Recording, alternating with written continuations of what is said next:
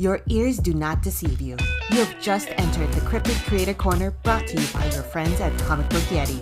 So without further ado, let's get on to the interview.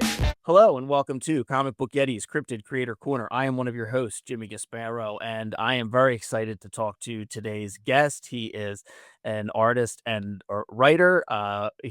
You might recall when you hear his name that he is the writer behind the multiple Eisner award-winning Giant Days. Recently, through Dark Horse Comics, him and Max Sarin had the Great British Bump Off. They are back with the Great British Bump Off Or Be Quilt, which I believe is coming out April 9th. And I love the Great British Bump Off. I am a huge fan of baking shows in general, but I think I've seen almost every season that's available in the US of the Great British Baking Show, as we call it here.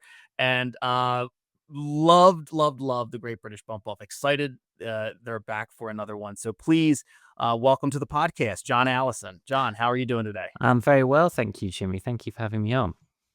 I'm glad you were able to do this. Like I said, a huge fan of the Great British Bump Off. I thought initially that it felt like you had to be a fan of that show or did a ton of research to kind of get the model of it right. I mean, it's a bit of a take on it, and the personalities I think are, a tad heightened for the world that you and Max Sarin have created. But it felt like you really knew like the dynamics of what make that show work. Oh, yeah, definitely. I'd watched every episode up until the point when I was working on that series, and I've never watched it since. I can't watch it anymore. So that was it completely burned me out on it. No, I'd watched it for years and years and years, and then I sat down to watch the new season. I was just like, I can't do this anymore. I can't. This is it. That was the end. That was the kiss off. Was writing a 4-issue series about it. It was like, no more now. That's it. Enough. What do you think it was that did it like ruin your enjoyment of it, or did you feel like you had gotten too much inside it to view it as a fan? I think so, yeah. I mean, I think that's it. I'd pulled it apart. It's like if you know how something works, and I'd really analyzed it, it's like, right, well, there's no magic anymore. You shouldn't, what is it? Don't throw daylight upon magic, Yeah. Yeah. I think it's like that. I'd thrown daylight upon magic, and it was like I had watched about 15 seasons of it. So let's face it, I'd had my money's worth out of the Great British Bake Off, or baking show as it is in America. So I think it was time to move on. It was time to turn the channel, watch something different, not another however many hours it is, 12 hours of baking competition. It's like, no, that's it now, John. You've done this. There's no more to be had. Yeah. I mean, it is funny how, America has its, with the Food Network, there's a ton of different food competition shows that have been on for a number of years. I mean, I remember as a kid finding late night like Iron Chef competitions, which I was like a huge fan of, and I've watched plenty of food competition shows on Food Network. There is something about the Great British Bake Off that I really do, love the different personalities that they have on the show. And it's funny when you really get into it and like sitting there as a fan watching it, to take a step back, it feels a bit silly, but like, oh, I'm like legitimately excited that somebody just got a handshake by Paul Hollywood. Well, there's something built into, if you like, baked into the show that is unusual, and that the cast shrinks as the weeks go on, but the length of the show, apart from I think maybe the first week's a bit longer, the length of the show remains the same. So if you've sort of proved yourself as a personality on the show, you get a bigger and bigger showcase for your personality. And also people have been watching week in, week out. So the people who are on the first week, there's always a few who, when they bring everybody back for the big sort of finale and everyone claps when they hand out the little glass plate for who's won, you see loads of people like, oh yeah, they were in this show, weren't they? They're like somebody who was killed in a movie in the first minute. And you're like, oh, and then at the end that they are clapping, you're like, oh yeah, that guy got blown up pretty quick, didn't he? But here he is, so like the ones who seize the main chance, it's very carefully edited and produced so that the characters are kind of give them their time to shine, and it's almost a meritocracy of personality as well as baking, if you like. It's like people who have quite a bad personality in that show seem to get shown up quite quickly and ejected. I mean, there haven't been many real bad uns on the Great British Bake Off, but there've been one or two over the years, and they almost seem to get their comeuppance almost through a trick of editing as much as anything else. So I think it's a very cleverly put together program. Yeah, I absolutely agree. And reading the Great British Bump Off, it it does. I was surprised that because the show itself has been on for a while. I was surprised that nobody had kind of done it before, and the way I thought that. Me too. Yeah, me too. Because I thought I typed the name, the Great British Bump Off in, and there might have been something like maybe someone had done a bit of dinner theatre with it. I think that maybe using that title, which I found out after I'd written the whole series, was when I Right. found this. We look things up to make sure we're not breaking a trademark, for example. But Sure. I hadn't gone deep into the Google rankings to find into the world of dinner theatre. And no disrespect to the people who made that, I'm sure it was very good. But yeah, it did seem like an idea that was hanging there. But also, I can tell you from writing it was incredibly complicated to try and wrangle that into something that was sort of digestible, where you were superimposing, because the format is a thing that will fill an hour of television for 12 weeks. And then you've got to superimpose a whole other structure on top of that and then fit it into 88 pages of a comic. I mean, it was a real kind of quart into a pint pot situation. One of the hardest writing jobs I've ever given myself, because it was my idea in the first place. Right. And yeah, because like to your point, they have all of those episodes, and even though the cast does get winnowed down one every week, they have a lot of time on TV to kind of showcase everyone. Mm. In your first issue, you have 22 pages to kind of introduce your cast, set up your premise, and give the reader like a reason to kind of care. Mm. And that's Oh, God, yeah, no, it was awful that's so tough. because I always think that, or just in writing, I always thought that if you weren't sort of hobbled by plot, 22 pages is a bit like 22 minutes of a TV show. 44, 2 issues, is like a drama show, where you've got room to showcase character and plot. And this should have been like a sitcom, but I had to get the plot in as well. And partly I could lean on the structure of the TV show. That kind of took a little bit of the weight, but I was still I had to introduce so many characters. Like, you wouldn't have a sitcom that had I think it was 16 central characters in that book. Yeah, I And mean, like the Friends format of like 6 main characters is usually as big as it gets. Exactly. So I tried it lots of different ways. Like, that had been in gestation for a while. And I tried it and almost given up on it. It had a shorter version where it leaned a little bit less on the format. And then, I knew it had to happen in effectively one episode as well. So it's not the end of the competition when there's 4 people left, because then you've got to summarize what happened on the previous, all the previous episodes, which maybe that would have been a better idea. Now I think about it. Oh yeah, I could have just come in on like week 10. Yeah, that would have been really easy. Oh, thanks. Right, I'll go back and redo it now, because I'm going to have loads more space just, for really deep character work. Why didn't I think of that? Oh gosh. Well, I thoroughly enjoyed what it was that is on the page. Oh That might have no. allowed you that idea might have allowed you some more space. I think it would have given me a lot of leeway. This is a real come to Jesus moment. Oh my gosh. Oh no. I blame my editors for not suggesting this. Oh, It's all their fault. I'm not taking the yeah, blame. don't take the blame. You had enough wrangling 16 characters, I was very and busy with those guys. right. And Max, did designing and coming up with Mm. their looks. Like how did that work in terms of did Max have any like experience with the show, like a fan like you, or are you like Well, how how much were you involved in the look of everybody? Because that's everybody does kind of look.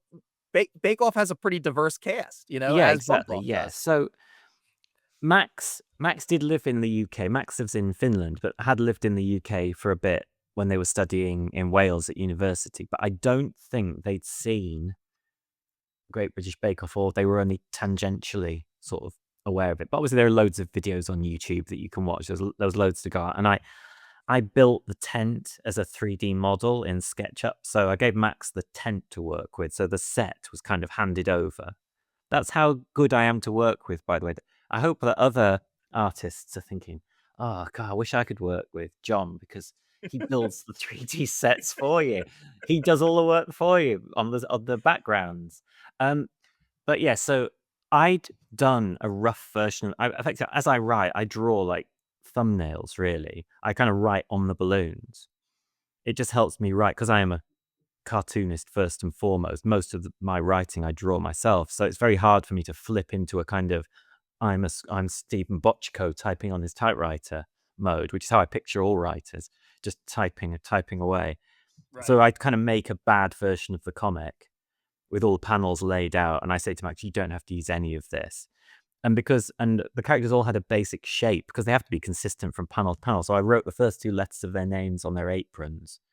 And then they had how someone looks kind of reflects their personality. You can't help it. So I had an idea of what most of the characters were roughly. And I said, again, just take these sort of shapes and whatever those shapes are, make what you want of them, of these sort of slightly abstract, very quick. They're cartoony. You can see expressions and movement and things, but they're not nailed down. Like Sunil. It's so long ago that I wrote this. I'm starting to forget the names of the characters. I think Sunil was the name of the guy who helps out Shauna a lot. Shauna, yeah, and he has like a very sort of the sort of nerd hawk hair, the kind of pushed up fin of hair, and with a little kind of mullety bit at the back, and the drawing did sort of reflect that, and I just drew a big rectangle for his glasses with 2 dots for eyes in the middle, which I was quite pleased with. It's quite a fun little graphic representation of him. So, and then if you look at Max's version, it kind of takes those very, almost Dilbert-esque shapes and makes it into something amazing and really sort of visual and where you really, really know the character. So yeah, that's kind of how it works with designs. They had a sort of floating, almost iconographic shape, and then Max turns it into something that's a real person. Yeah, I mean, I love like all the characters. All their looks are fantastic. I'm curious, just like with the show, when you're watching it and somebody you meet week 1, might not do anything for you, but turns out to be somebody you're rooting for. When you're creating these characters and then, you're doing your drawing, your version of them, Max is then doing like, what they will look like in the comic. Did you find that as you wrote them and discovered who they were going to be, that your feelings about any of the characters like changed? Does that ever affect you, or do you have more of a clinical approach when you're creating a story? Oh no, the more time I spend with the characters, the more I like them. That's been true on everything that I've ever done. You spend time with them and you come to understand their flaws. Hopefully that is human existence. We learn to, by association with the other, we learn to see them as a person, and it's kind of like that with characters. So there's a character who's the sort of, I'm struggling with the names. The old lady character, the other one of Shauna's friends. Like, she was a very abstract shape at the start, but I started to see her and I realized that I thought she was like Ruth Gordon. Have you ever, there's an episode of Columbo, I think it's a sort of award winning with Maude from Harold and Maude. And I don't know if you're familiar with the film Harold and Maude. It's sort of 70s. Yeah, I am. Movie. Well, Ruth Gordon, the old lady, and that was, she's very sort of fusty in Harold and Maude. The color, the palettes are all muted. In the episode of Columbo, she wears like great 70s kind of tracksuits, and she's a writer, and Columbo loves her. He thinks she's brilliant. At the end of it, he's really unhappy that he's got to put her away for doing the murder. So I watched this episode really early in the process of writing. I was like, this Ruth Gordon look, this is what we want. This is, nobody's copied this. People don't, it's sort of a late 70s episode and it's famous, but these are shows that have been on in reruns for years. People don't really notice them anymore. They're like wallpaper. I was like, no, this is something really strong. So, and then once I got that kind of Ruth Gordon feel for her, I was like, yeah, now I know who she is. She's a lot more, she became realer to me, and her part grew in the writing. Okay. Yeah, I'm trying to, I was trying to share my screen to bring up Try and Catch Me. Yeah, that's it. So she's a writer. She's like a mystery with writer. Ruth Gordon. Yeah, so you see her initially, she's sort of like in a kind of Agatha Christie mode, but then when they meet out on the pier, she's in Yeah. these incredible outfits. It's like, oh, she's a brilliant actress. I mean, she won an Oscar, didn't she, for Harold and Maude? She's ace. I love her. There she is. Her look is so good. That coat and the headscarf and stuff. She's fantastic, and they play Oh off each yeah. other because it's two massive heavyweight actors on this kind of light show. But they've obviously got a lot of respect for each other, and it just comes across so well. So that kind of energy, I'm always trying to find. I say I've written thousands of pages of comics and drawn thousands of pages of comics. I'm always trying to find the energy between characters, and you've got to find it anew sometimes because some of your moves, people know your moves after 25 years. You've got to keep looking for new moves, and you'll often find them.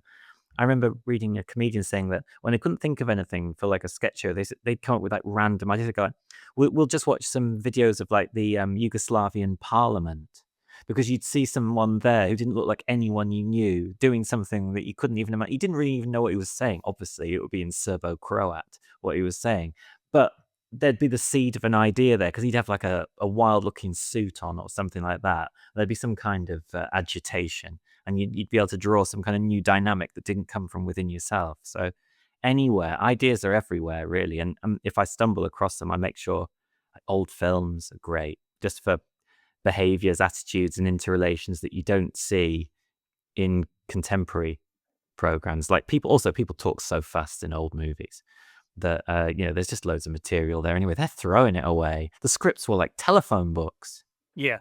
Well, speaking of Columbo, that I had always, I'd been aware of Columbo from when it was on, but I'd maybe seen some of it. But a few years ago, I started to get back into it, and I mean, I feel like they don't make TV shows like that anymore. That Columbo is so long.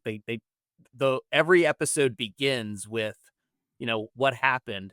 Columbo doesn't show up for like the first 25 minutes, Yeah, half an exactly. hour. Yeah, Like yeah. You have to they wait they for they him. don't do things like that anymore, and they're such good stories, and I was just eating it up, and, like, all the different, like, actors that were in it that they're it is true, like, when you go to something like that, or even like you said, like, the idea of, like, old Yugoslavian parliament, like, there's just going to something that's not like you do all the time. You never know where an idea is going to come from, and that's kind of like that's like the really fun part of being, creative. Like what's going to inspire you? What strange thing is going to spark, Oh, that sure. idea? Well, everything's a decision. When you're writing, everything's a decision, and when you're writing and drawing, everything's a decision. And it's so many decisions. You have to make constant choices. Like if you write, draw, and color, I've got to decide what color every wall is in every place that the characters go to. I have to think about why a room would be blue. If you're thinking literally, what color would this person have wood paneling in their house? You have to make every single decision. So Oh yeah. you've got to feed that all the time. It can be quite exhausting sometimes because it's like, well, got to stay interested in everything. It keeps your mind lively, but it's also quite tiring. So what else do you turn to other than, old films? Is there anything else that is like you use to replenish that well? Well, obviously, I just try and get out in the world as much as possible. You've just got to have your eyes open all the time. You've got to be constantly watching because there's always something. Like I'm interested in everything that can feed back into the work. I'm interested in interior design. I'm interested in things that are ugly as well. Like a lot of people just sort of turn their nose up at things that are kind of they'll look at sort of like concrete buildings from the 1970s, kind of public buildings that don't look particularly nice. But you're like, yeah, that's something. It exists in space in such a way that you can't ignore it, and that's useful. Everything's useful. I've got books of sort of architectural primers that show you how like the edges of roofs go together. I can remember sitting down and going, I noticed the difference between how American houses were built and British houses were built. It's only because I spent so much time looking at roof lines because I walk around the streets. I can't believe that so many people, you see them walking down the street now, kind of commuting, looking at their phone, kind of watching Netflix while they're walking, because obviously you can on a 5G connection. I'm like, my God, guys, there's an awful lot of world to look at still. I can't be watching Netflix. I've just got to stare at roofs and kind of architraves and balustrades and things. There's a lot to take in. Yeah, that's awesome. I love that. I love that. I love that approach. I love that, to think of, there's a lot of world to look at. I love that idea, Every John. person tells a story. Like one of my favorite things, I would go and meet a friend, and I'd go and meet him at one of the big stations in London when I lived near London. I would go and wait for him at a terminus. He'd come in from like the counties, and I'd come in from an opposite direction, and I'd just sit opposite where the subway feeds out into the station, and there's a constant stream of people. I'd sit on the benches. It was a great place to sit. I'd get loads of writing done while I was waiting for him. But you could sit and watch people arriving constantly. So you'd see hundreds of faces in the course of 20 minutes, and every person told a story, and it was so rich. It was fantastic. It was I say, when you need kind of things to feed what you're making, you learn that there's so many sources of them. It's great. Yeah, that's to think about that, and because there's the idea of seeing somebody out in the world and like kind of imagining what their story is. I always thought is like a fun kind of, I don't know, sitting at dinner and waiting for your food kind of game to play.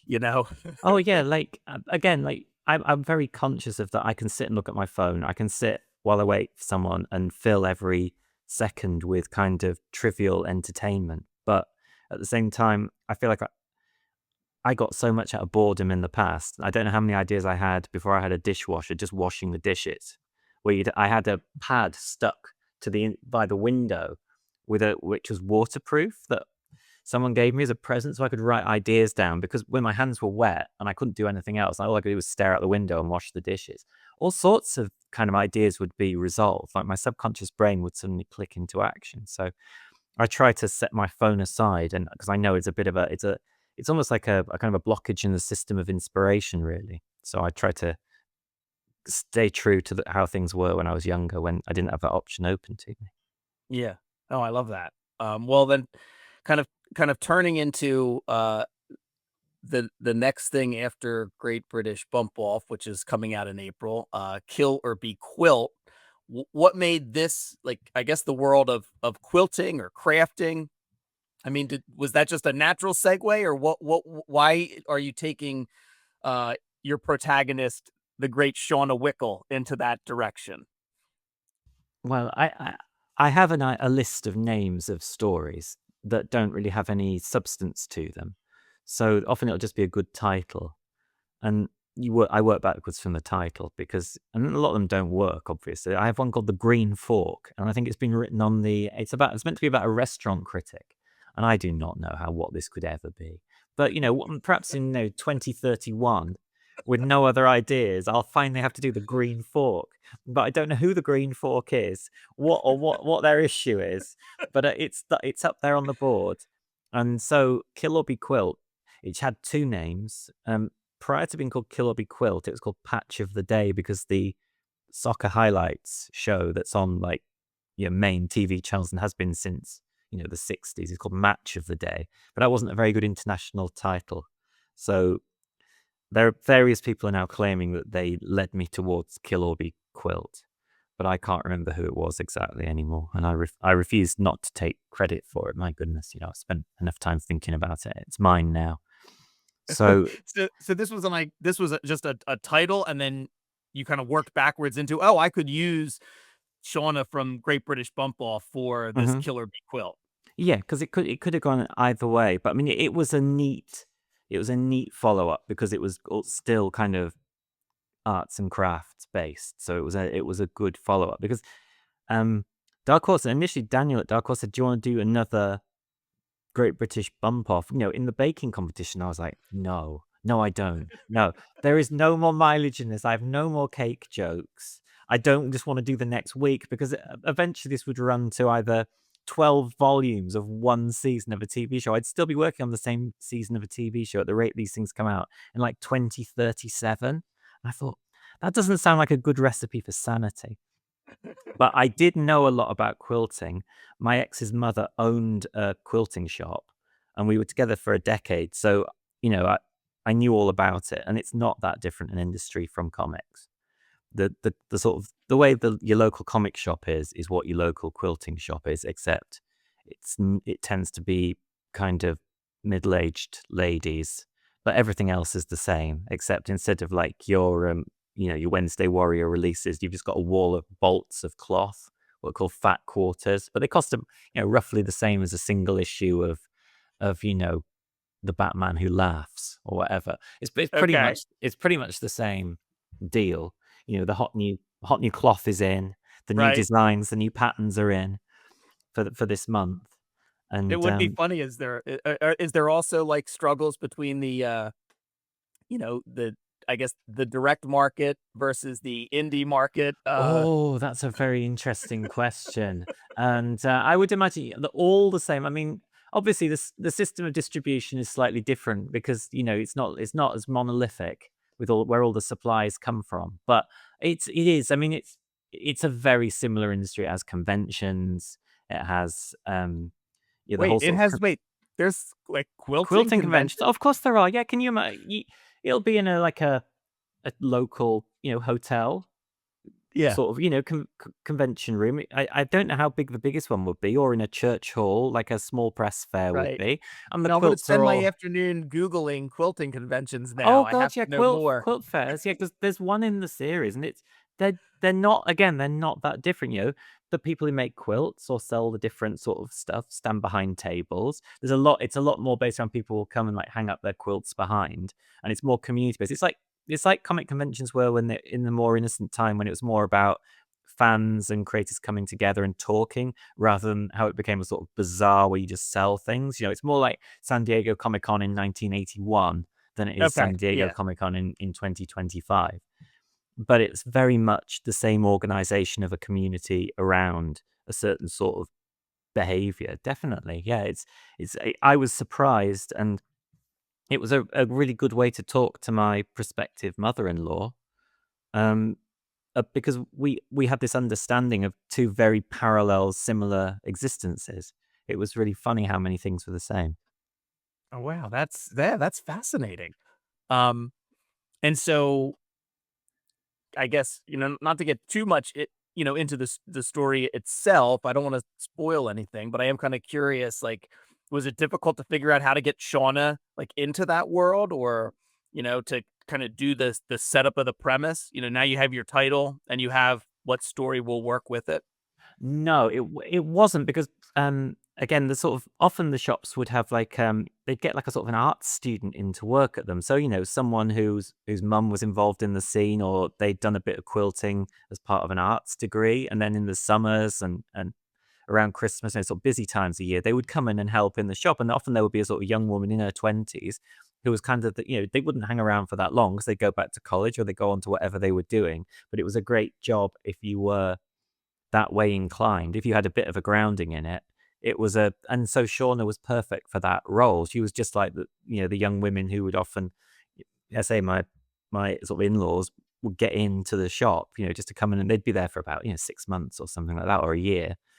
And they would always be very well thought of because they would be very go ahead, and they'd add a note of youth to the shop. They'd reinvigorate the scene, Right. and then they would go on their way out into the world. So I could sort of see the shape of how she would fit into the shop from the young women who'd worked in Laura's mum's shop. Yeah.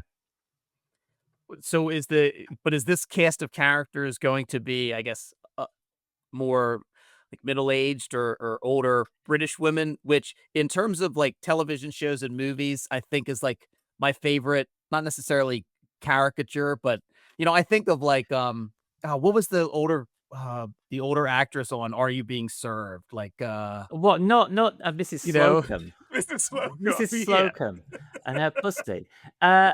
I don't think I quite get into the Mrs. Slocum area, because Okay. I always try to be sympathetic and respectful of any archetype, because I mean, this is the weirdest direct market comic that's I think has ever come out in terms of being. I think it's as good a comic as I've ever made, and certainly Max helps with that. But my God, I've really not nailed down the demographic at all here. In fact, I think I've kind of counter programmed, but that's often the best thing to do. Don't chase. You've got to be coy and say this is a comic where a lot of the characters are mums, middle-aged mums. That's more what I'm just don't see any problem in leaning into that, really. So Yeah. yeah, but no, There's a lot of there's characters at all ages in that because there's a little Okay. romance subplot and Oh, but nice. oh yeah, it's got everything. Oh, Jimmy, I give, and I give, and I give. I mean, these comics are dense. This is like reading a comic from, when they would, try and get 9 panels on every page. It's 9 panels of information, even if there aren't 9 panels of actual panels on Hmm. every page. It's like the 60s. It's like Steve Ditko. I'm packing stuff in there. Oh, I'm packing good. almost too much stuff in there, but I love it. I love a really rich, dense story with lots Yeah. of different levels where you can read. Because I'm sure you were probably the same when you were a kid. You'd read comics 6 times. You'd get you probably had your allowance. You didn't get that. I didn't get that much allowance. So the comics, I knew every panel. I'd looked at every panel. I'd thought through it. It wasn't, I read it. I had my big TBR pile, and then that was it. I never looked at them again. I knew them backwards and forwards. And I try and make the sort of comics where you can read them 4 times and you'll keep finding things. Where there's layers to the art and there's layers to the story, because comics, although they are throwaway in the sense that they're floppy paper material and they're in a form, but they're expensive, and more so now than they ever were. So I try and make them worth the money, if that makes any sense.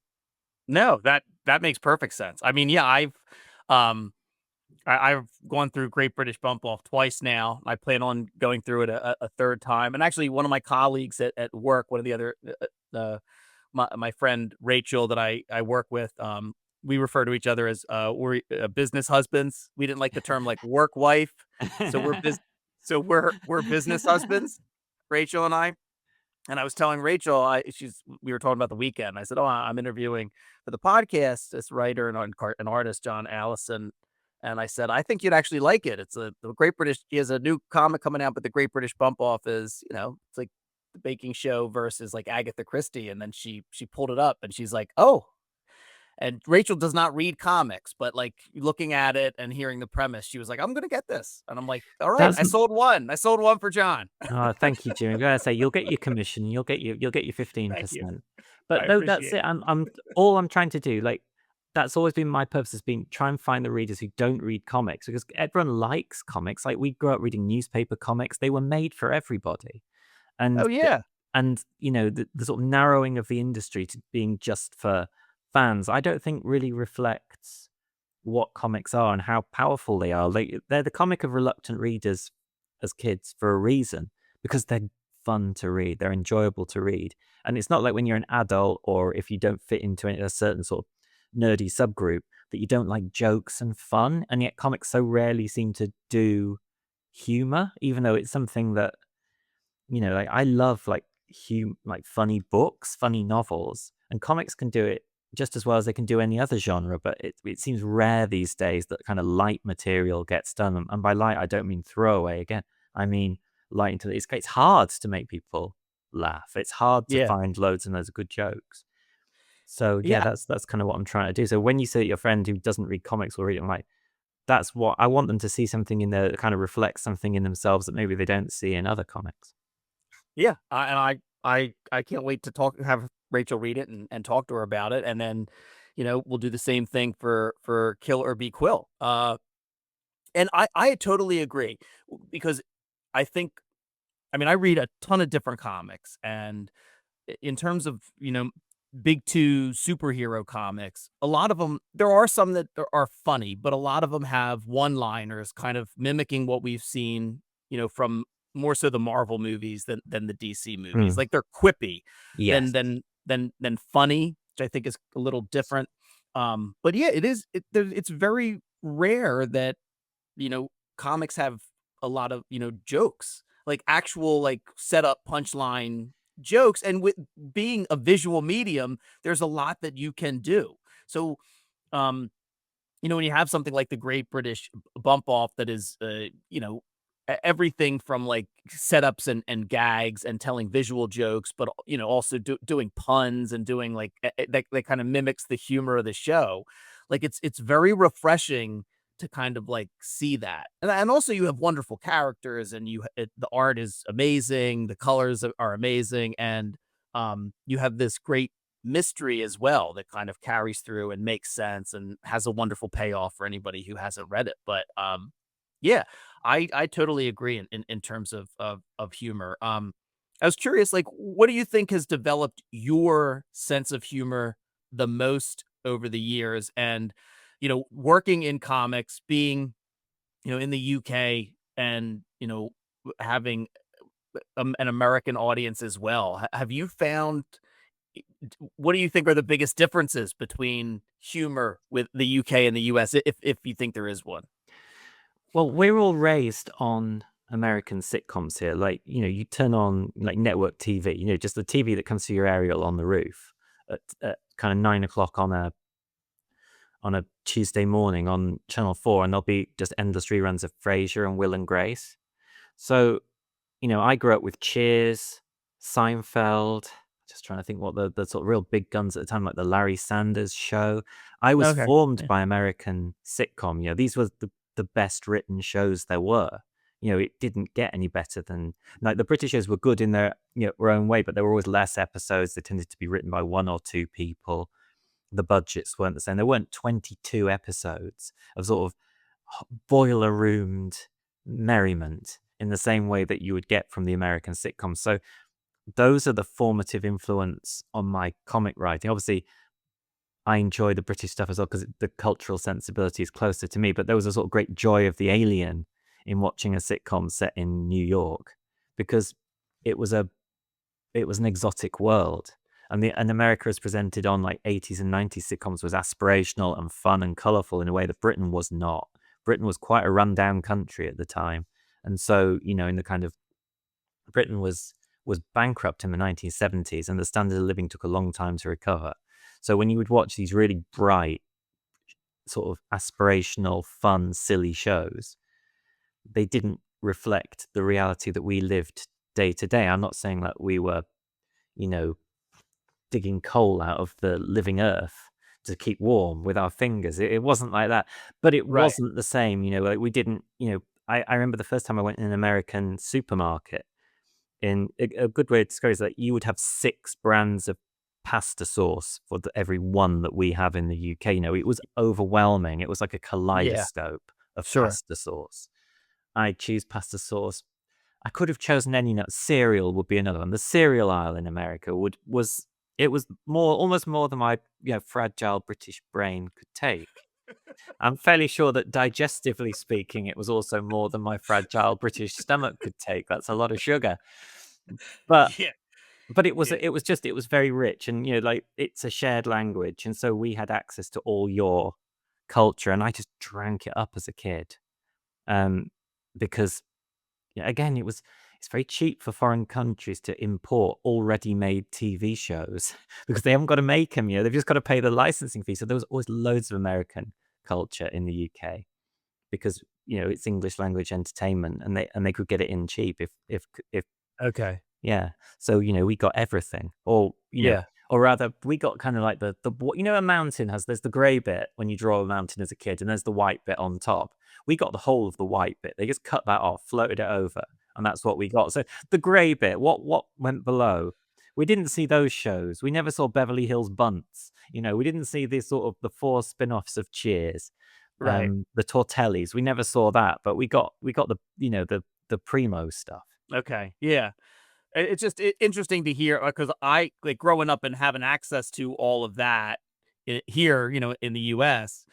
But when you could see, before DVDs, before streaming, before all of that, and things were much more readily available. Like it felt in the US, at least amongst some of my friends who were fans of comedy, when you could find British shows, that the comedies in particular, it was like you were part of a secret club, that you Exactly the had this same way special for us. knowledge, like Yeah. Monty Python, Are You Being Served? There was another TV show, Keeping Up Appearances, like, any Yes. of those types of That's so you like funny because these are fascinating shows for anyone to have taken on as a sort of. I mean, Monty Python obviously is sort of a counterculture show, but yeah, Keeping Up Appearances it's a good, very well written program, but that's quite a mainstream. It's like me.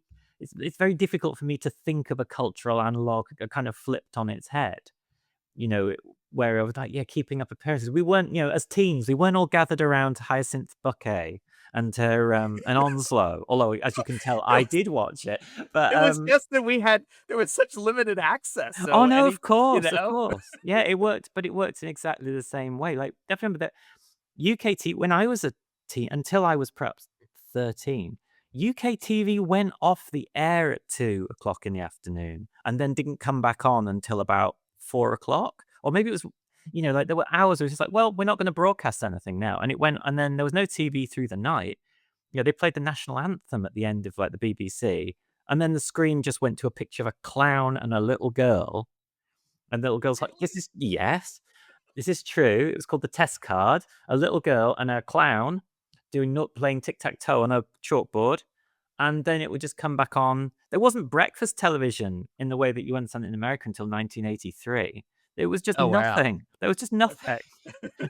There was nothing. So there was great sweeps of nothing to fill, So they, when they decided they were going to have daytime TV, what did they fill it with? Australian soaps and American sitcoms. Okay.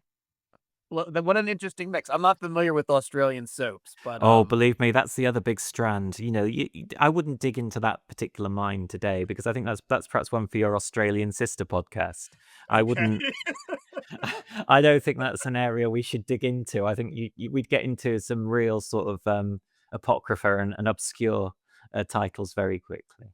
But yeah, so that's sort of the landscape, and that's sort of what my humor is. It is a hybrid of the two things: the sharpness of American sitcoms and the sort of tight observation and need to do things in kind of 6 episodes of the British ones. Right. Yeah.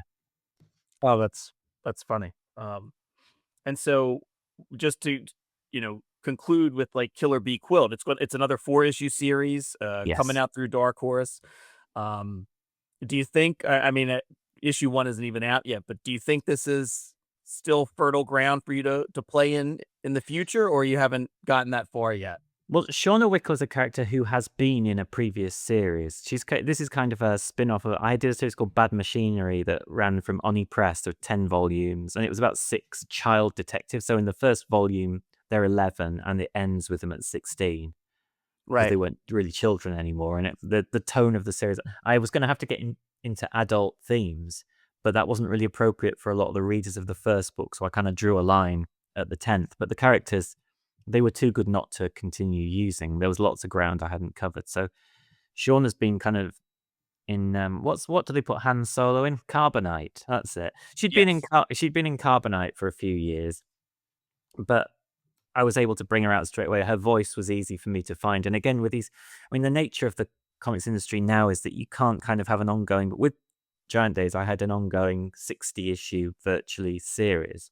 Whereas now, the likelihood of a 60-issue indie book, monthly indie book, it doesn't happen. The industry is, the direct market doesn't really know how to support books like that. So I had to think differently about how I did it. And I thought in terms of the kind of Richard Osman kind of cozy mystery kind of thing, where it was very much each one was an island, and that was an easy way to do it. So there can always be more because Shauna can go and have another misadventure, and her world can grow. The only problem is growing it at a rate of 4 issues every 2 years. It isn't going to grow very fast. So I hope there will be more. I love working with Max. I mean, that is a treat and always fun. Max is such a nice person and just produces magic. I send over a bad version of the comic, scrawled out with a pencil.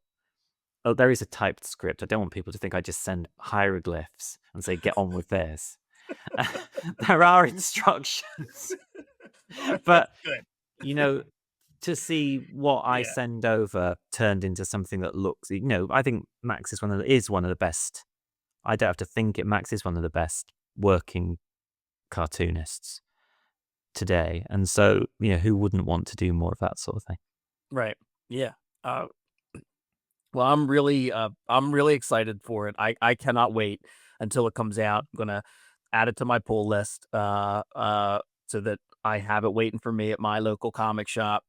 And I think the first issue's, as I said, April 9th. And yeah, for any listeners, I think you can still get some of your earlier work like you can still find, the web comics, Bad The web, I've got, Machinery and yeah, Scary Go Round. Scary Go, just like you talked about Bad Machinery, kind of the character of Shauna Wickle. Scary Go Round kind of led into Giant Days, right? y- yes. So like, yeah, there were a lot. I mean, Scary Ground is kind of it's the web comic I did in the golden age of web comics. Right. Like obviously the webtoon era, you might call the modern golden age of web comics, but yeah, the kind of first wave, if you like, that's kind of my Yeah.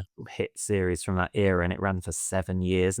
And yes, Giant Days emerged from that, and Bad Machinery did as well.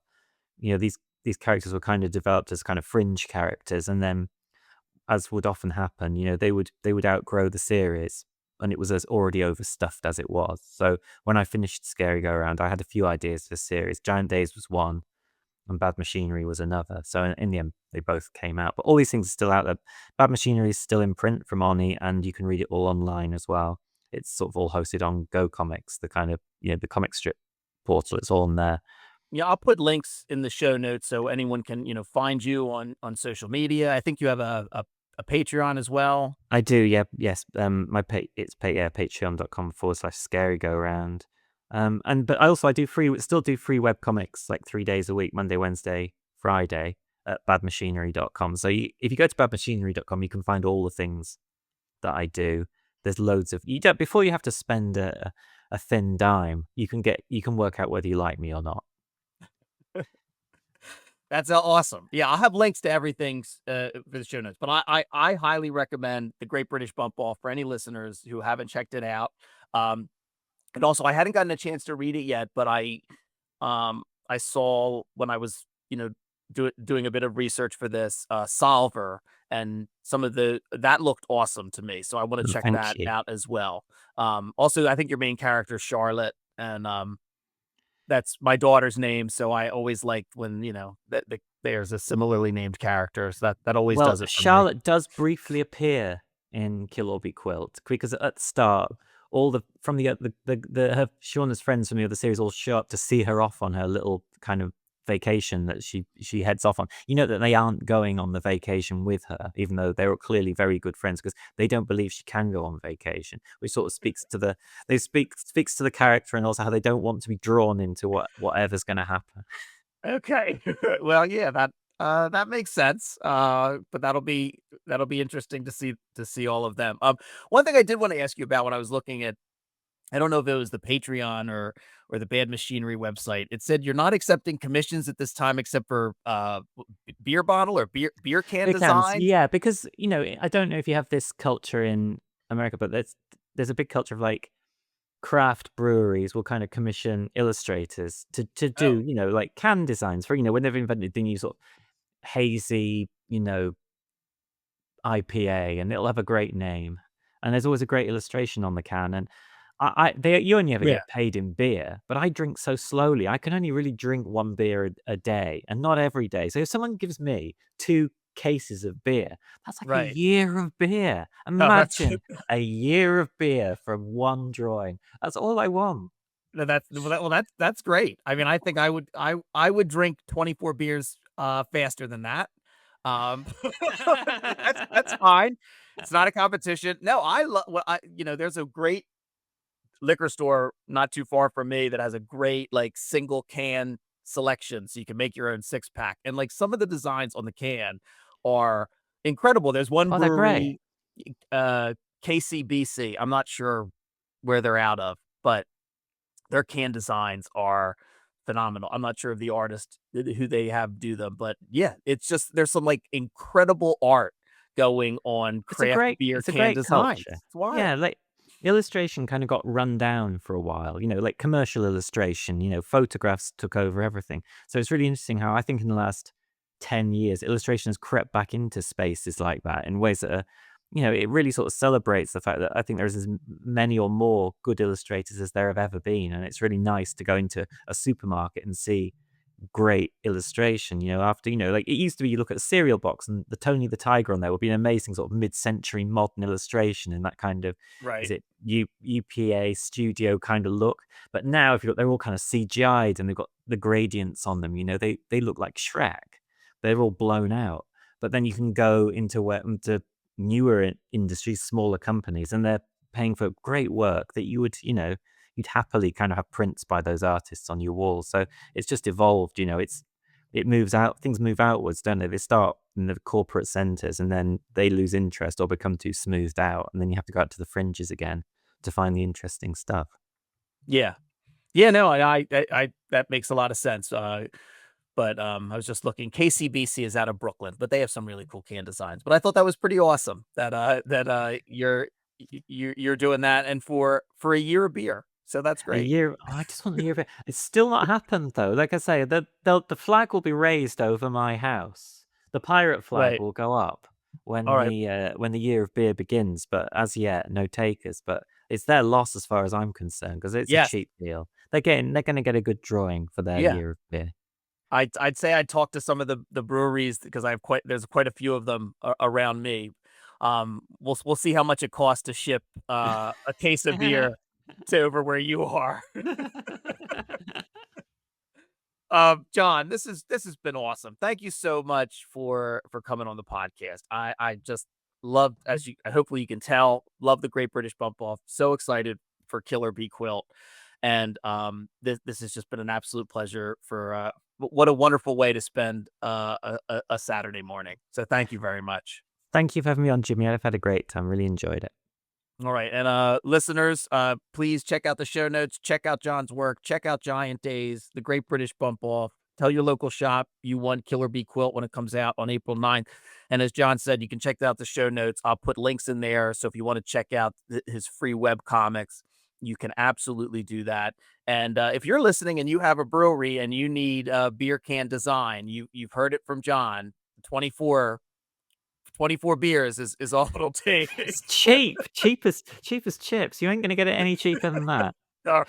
So thank you very much for listening to the podcast. Let me know what it is. You can find me on Blue Sky or TikTok. Let me know what it is you're reading, what it is you're enjoying. Thanks for listening, and I'll see you next time.